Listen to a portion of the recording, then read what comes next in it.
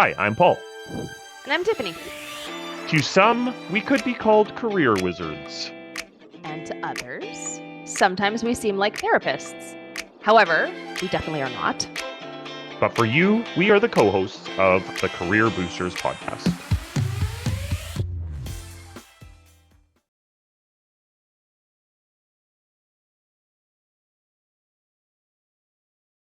Until I started to realize like the power of having the positive mindset toward that. Not to say that I didn't have it before, but I don't think I really understood that being able to look at a setback as an opportunity Yeah.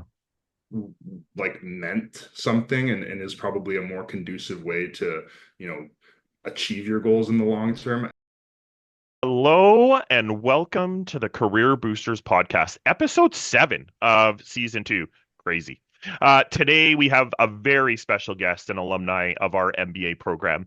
In June of 2024, Brody Clarke was receiving his MBA and at the same time getting himself physically and mentally prepared for his last season of professional basketball. Brody engulfed himself in activities while in the MBA program, including a deep dive into the world of real estate and real estate development.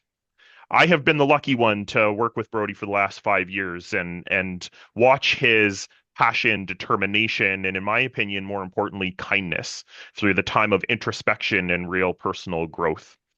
Today, we get to dive into a place of pivoting from professional sports to the world of business and what that is going to look like for Brody. So, Brody, thank you so much for joining us. And I am going to ask you the first question. So, how has your MBA impacted your career journey? Yeah, thanks for having me on, guys. I would actually say it's impacted my journey in a number of ways. Top of mind is it actually gave me the direct avenue towards the type of career that I'm actually interested in. I was somebody who came up with an undergraduate degree in engineering and realized pretty quickly along that I didn't want to do that for the rest of my life. And so, as somebody with a passion for commercial real estate and real estate development, the MBA gave me a perfect avenue to kind of pursue that through a commercial lens. And then in addition to that, it just sort of gave me a nice period of time to bridge the gap between, finishing my undergrad and becoming a fully fledged professional to really like hone in on who I was, figure out what I was sort of as a 23 to 28-year old while going through the program. And yeah, meeting people like you, meeting all kinds of different folks in the faculty over the course of those years really sort of opened my eyes to the wider world and set me up, I think, for just to have a different perspective going into the next phase of my life here. So Very big, cool. big help. Yeah, no kidding. And so, Brody, the thing, as you and I have worked together for 5 years, we had the chance to talk about the Brody pre-MBA and you get to live and got to live this really cool child. It's like every child's dream is growing up to play professional sports, right? So what was that pursuit of that dream like for you in the younger years?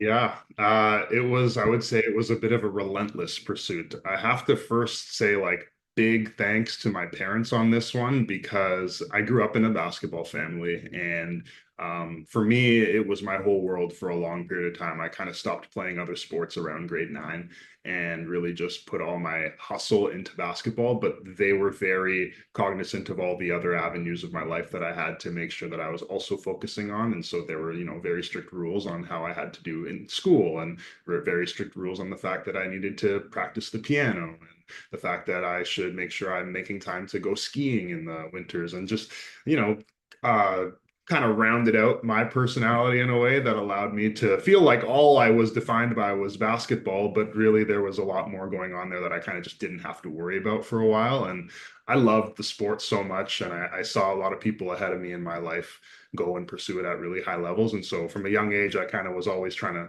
find the most elite team in my area to compete on. And it just sort of blossomed from there. Every time I'd find myself in a new situation, I was just trying to pursue excellence in it and trying to beat the person who was standing next to me. And it was a bit of a competitive drive that I think rounded out a lot of who I was going forward, but really just like cemented that, basketball was something I wanted to pursue to a very high level. And I was really grateful that I got to do that. And I started it at a pretty young age. So I'm curious, you talk about this relentless pursuit and a competitive drive, but you also talked about parents that made sure that you did put some focus in some other areas. You talk about piano. So I spent a lot of time as a young kid at the piano as well.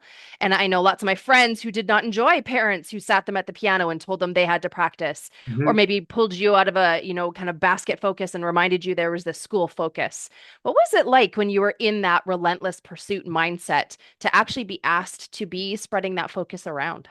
Yeah, I would first say like there was some asking and then there was some telling, right? And so, there's a certain period of your life where under your parents' roof and you do what you're told. And I think I was that kid who was stubbornly didn't want to play the piano and practice my half an hour a day that was required of me, and then eventually an hour a day. But I, was constantly lectured on the importance of having a varied experience, let's say, and also playing piano to a certain level in high school and doing like the theory piece got you an arts credit, which would allow me to have an extra spare in my last year of high school.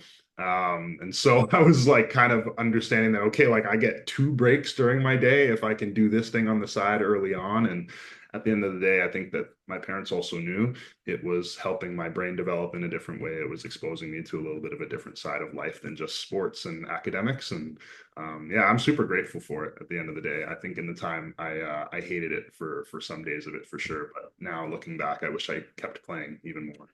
Hmm. What did that rounding out offer you? Looking back and being a little bit forced to focus on multiple things, Hmm. what has that afforded you now, perhaps? Uh, It's tough. I think that just off the top of my head, I would say it's provided a little bit of an empathy for me. Like it's so easy to look at my role in life or my interests in life and think that they're the most important or that they are, somehow above what somebody else might be passionate about. But being able to expose myself not only to like high level of sports, but also like understanding something on the art side of things, understanding a lot about, math and physics, which was something that I was, good at in school. It's like I'm not going to walk into a room and predetermine whether I have a respect for a person's career, life, etc., before I actually get to know them, because they could be, a painter who I have nothing in common with, but actually maybe I do have something in common with them. And why don't we get to know each other a little bit more? And let's kind of, build off of that. I think that there's like that piece of just, understanding a little bit about how the artistic side of the world behaves. It's Mhm. really valuable for me. That's cool. Brody, I'm going to ask you a question, and I think that it's maybe a bit of a leading one, but basketball and the arts are actually much closer than a lot of people think that they are, right?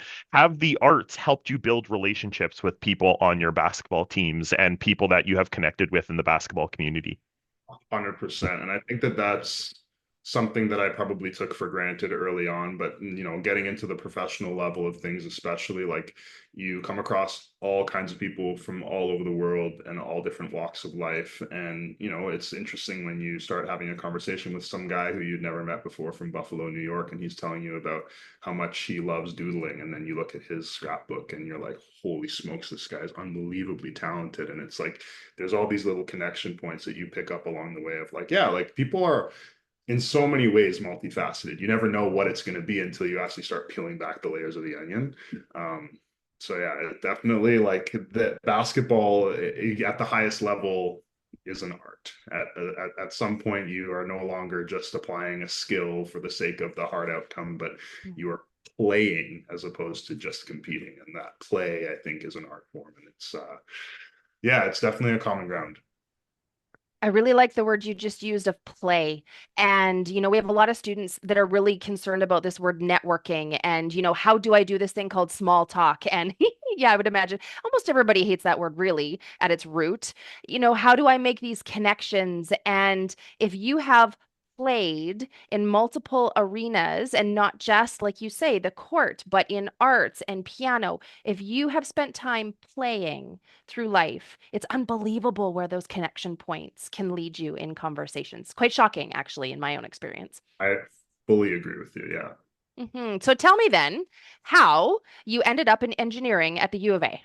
Yeah, so I kind of alluded to like I was a math and physics brain kind of in high school. I don't consider myself to be the best writer on the planet, and I did not want to write essays. And I was just like, well, buildings are really cool.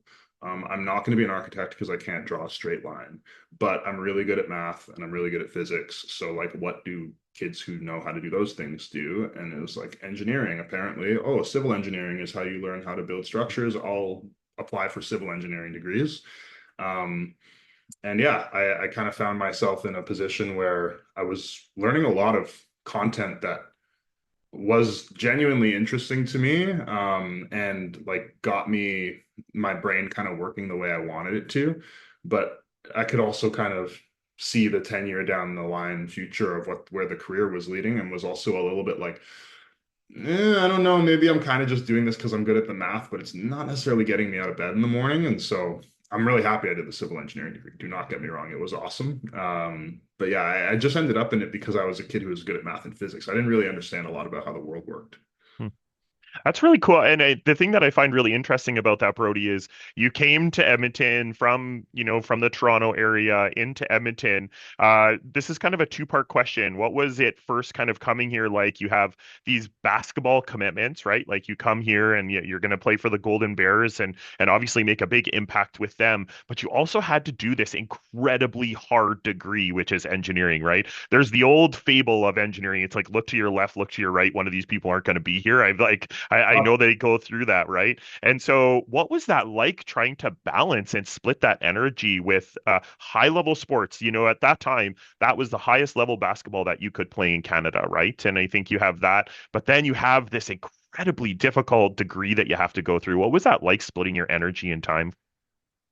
You know what? I give a lot of thanks to like the coaching staff and the varsity staff at U of A just for kind of supporting me through that. I kind of knew coming in that it was a bit of an ambitious task, but I also was naive. And so I was like, I can do it. And my parents, again, like I came from this family where it was like, go do all of the things, right? Like if you can take on more, like there's no reason to think you can't. Um, and so I was encouraged and I was supported. And I also got, I don't know why I'm going to call it a lucky break in my favor, but like I was hurt my entire first year. I was recovering from surgeries my entire first year playing varsity basketball. And the coach at U of A, another reason that I came to U of A and didn't pursue Division One possibilities, the coach was like, "Yeah, take your time. We can sit you out all year and you can be a rookie next year. Just like get yourself healthy and focus on your studies, and we'll support you when the time comes. I believe in you." And like that goes a long way. Like that guy, now I look back, I'm like, Barnaby has my trust for the rest of time because he stuck to his word. And in addition to that, like I didn't have to travel with the team that first year. I like showed up to practices and had to do all my rehab, but it was like 25 hours a week of class. Um, in class and labs. So then like including all the, extracurricular stuff that you have to do, homework, etc. It was a lot. Like I lived right on campus at St. Joe's with the other rookies on the basketball team, and I would wake up in time to get to class and then go about my insane day and end up at the gym doing some form of rehab and watching practice, and then rinse and repeat 5 days a week, sometimes six. But I think at the end of the day, it comes down to the people, right? I had good people in my corner supporting me. I had, after that, I got to take a reduced course load for the remaining years of the degree. And so that allowed me to pursue basketball with a little bit more intensity, while also taking still a number of courses that were challenging, but not six at a time. I was taking four at a time. And then, we travel to play. But thankfully at the U of A, all of our coaches are allowed to proctor exams, tests, labs. And so, the athletic staff worked with the engineering faculty to make sure that if I was missing a lab or a class, et cetera, that things were handled appropriately and I still got to pursue both avenues at once. So like big kudos to them for giving me that support, but also once you get that first year under your belt in engineering school, you're laughing. Like at that point, I had the belief in myself. I knew that I could do the rest of it. And I had to just start getting interested in the stuff I was actually interested in, right? Figuring out, do I want to take these classes or those classes? What is this going to lead to down the line? So, What I hear is that excellence takes a village. oh yeah. I did not do any of this by myself for sure. I mean, I had a lot of people in my corner along the way. So, Mm. and I And still in would consider myself excellent. I would call that excellent, but I'm with you on that. It comes from a village. But interesting that early on in that kind of how did you balance this? You talked about what I might label to be a setback. So being injured the entire first season, and you could label that a setback. You could label that perhaps even as a failure. I know injury is that can be a hard thing from a mental mindset standpoint for athletes. But then you talked about the impact of a setback or failure mindset, and specifically a leader, so a coach of yours that created an environment that was a growth environment, even with setbacks and failure. Talk to us about that and how that factored in for you. Yeah, I mean, it was really everything. Like, I was a kid who was a good basketball player in Greater Toronto area and wanted to go play Division 1 basketball. I thought that was it. And I also had an older brother who did that, and I saw what it was like for somebody to be the Canadian kid who went to class on the team. And I didn't want to fall into that sort of realm. I also, was given an opportunity by a coach who wasn't like, I need you today. It was like, no, I just need you, period. So allowing that room for growth, I thought gave me a lot of confidence in myself and also took a lot of stress out of an 18-year-old's life. And it also probably wasn't until 2019 when I met Paul, a bit of a segue here, until I started to realize like the power of having the positive mindset toward that. Not to say that I didn't have it before, but I don't think I really understood that being able to look at a setback as an opportunity Yeah.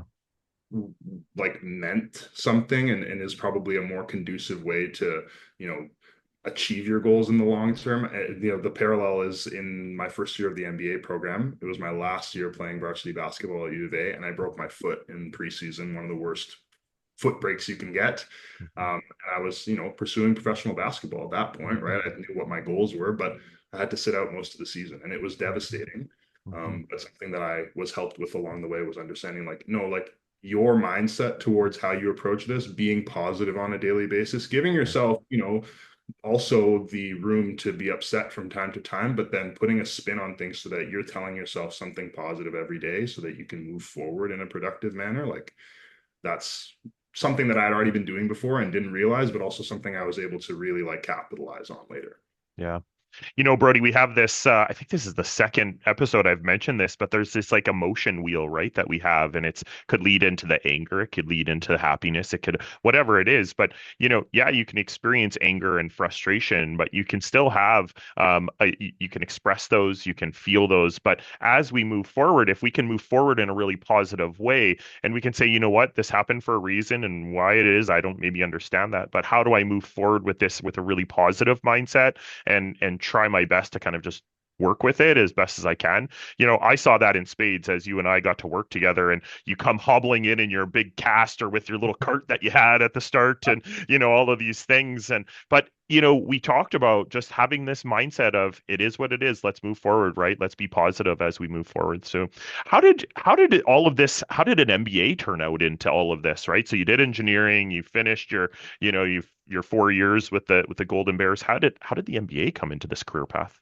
Yeah, so like pretty early on in civil engineering undergrad, I started thinking like, well, what does an engineering consultant do all day? And it's like, okay, like you design, if my interest was structures, it was like, okay, well, you design beams and columns and floors and beams and columns, and that's really noble and very difficult. And somebody needs to be incredibly interested in that to do it right because people's lives might be at stake. I was not incredibly interested in it. I thought it was interesting, but it wasn't, I guess that's not the word. I wasn't passionate about it. And I was like, well, what else do engineers do? Oh, project management. I've seen PCL hoarding on the side of buildings my whole life.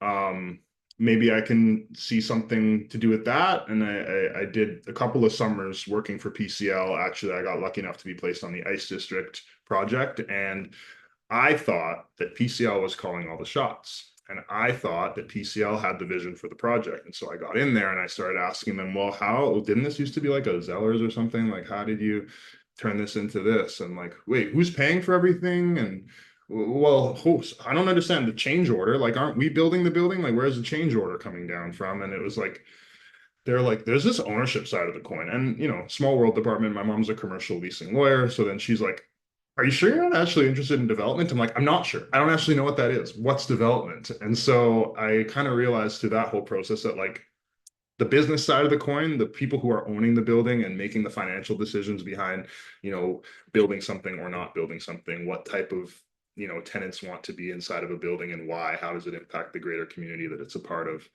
That seemed way more fascinating to me. And so I was like, well, that's a that's commerce. Like that's not engineering. I can get into it later down the line from engineering, but I don't want to be an engineer. So why am I going to delay the inevitable? So I applied for the MBA program because I was like, I want to do something meaningful with my last year of eligibility in basketball in the classroom. And I want that meaningful something to help me understand a little bit about the world of commerce so that one day I can be on the development side of the coin and, make financial decisions to build buildings as opposed to the person doing the building, because somebody a lot more passionate about it than me needs to be doing that work. But I'm interested in like, conceptualizing a building from, year zero all the way to year 10 and making sure it becomes a part of the community. To me, it seems like a lot of your life so far has kind of been in parallel. Like if you think about Gantt charts, project Gantt charts, and there's overlays of the colors, right? That it hasn't been, I did this thing, but then I did this thing, and I did this thing, and there was a start and an end. And you talk about this journey of finding meaning kind of in parallel of realizing engineering isn't the it thing for you. What's next? But then there's basketball.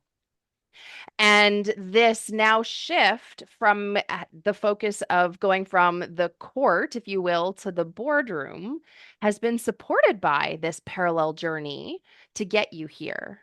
So Mhm. now that you're in this big transition and you've done a lot of interesting things and mindset work along the way, how's that setting you up now for this pivot that does seem to have an end date and a start date?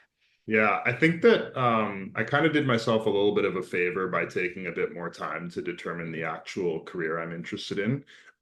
Because right now, if we kind of look at where I'm at, it's the job hunt, which everybody says is a full-time job, and nobody means it, or nobody thinks you're going to understand it until you start doing it yourself. And then it's like, it's a full-time job. And so a lot of what I'm doing is networking, our favorite word, and it's like meeting people for coffees, trying to understand like what not only what it is they do, but also like what drives them, and where there might be an opportunity in their business in the future if, it turns out that um, they're interested in bringing on somebody like myself, right? But there's a there's a graceful way to do that, and there's also a way to do that that shows your actual passion in what you're talking about. And so my sort of ability to have like a wide bandwidth for a number of years, whereas like I'm focusing on basketball, I'm also focusing on my MBA, and I'm also really interested in, just this general like world of commercial real estate. So I'm going to read a whole bunch about it, and taking all those um taking that kind of wide view and just like narrowing it into like what does that actually mean in terms of what my strengths are, what I feel like I can add to an organization, and also like what I'm genuinely like curious about on a daily basis sort of allows me to exist in those conversations in a meaningful way and not feel like I'm just in the room like, so like what do you do, and can I maybe have a job? It's like, no, like I genuinely interested in this field. I want to be somebody who can add value in a firm one day. There's multiple ways that I might go about doing that, but the more that I Mhm. can draw on all of those past parallel experiences I've had at the same time to say, like, I'm going to take all that sort of 19 avenues and I'm going to try to funnel it into this one thing that then becomes like my career path. Mhm. If maybe you is Mhm. like, I think that there's value in being able to articulate that. And Yeah. because I took the time that I did to pursue all the avenues at once, I kind of, you know, have a broader perspective. Mhm. Yeah, it sounds like you have just a wonderful balance to I've spent the time thinking about what I want. I have dove into this, this world of, real estate and development and things like that. I feel like this is where I fit. You tell me if I'm wrong with this, but you've been having all of these great conversations and it's just solidifying the thought that this is where you want to go, right? And so everything is going to work out and it will work out in really positive ways. But it sounds like, yeah, all fingers crossed. But I think at the end of the day, Brody, it's such a crazy, unique journey that you've been on. If you think about the biggest learnings along the way, if you had to pick like one or two big learnings, what would you say that would be?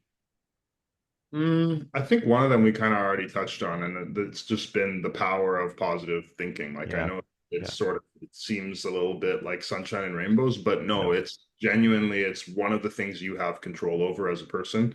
And so like there's going to be all kinds of obstacles that you know show up along the way, and it's like being able to think of each of them as an opportunity as opposed to like a challenge, and like okay, from a positive mindset, like I can do this, so how am I going to do it, instead of like, oh, this sucks. Like the negative self-talk can go a long way for in the wrong direction. So that's a really big learning point. And I think another learning point for me, and this is something I sort of picked up on, especially throughout the last year being back finishing the MBA program, but also like when I really reflect on it over the 3+ to almost 4 years that I played professionally, um, everybody's experience and perspective on an issue is valuable at the outset. And I think every conversation has value just in and of itself, and so I'm not shying away from discussing topics I'm interested in with anybody along the spectrum. I was in this managing business government relations course in the first semester of last year that I was in there the only person who was coming from a professional sports background, and I was like, I have nothing to give to the world of business. It's a seminar based course. Everybody is having a conversation every class, and I feel a little bit like a fish out of water.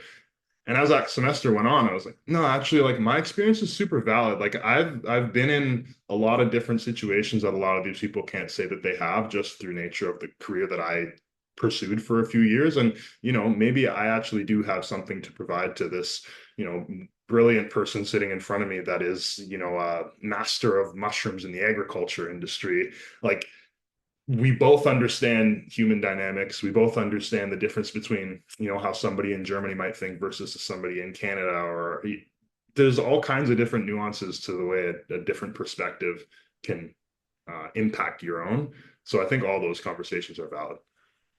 Cool. I think we could continue this for a long time, but we need to get to a lightning round. Are you ready? Yeah, let's do it. All right, let's do it. Three quick questions, three gut answers. Tell us what part of your career story has given you the biggest boost. It's giving me biggest boost. Just completing the MBA. Mm. And what's one thing you wish you'd learned sooner? Should learn sooner. Finance. Okay. Service is something that's really important to Paul and I. So we're always curious to hear how service is going to show up for you in the coming week.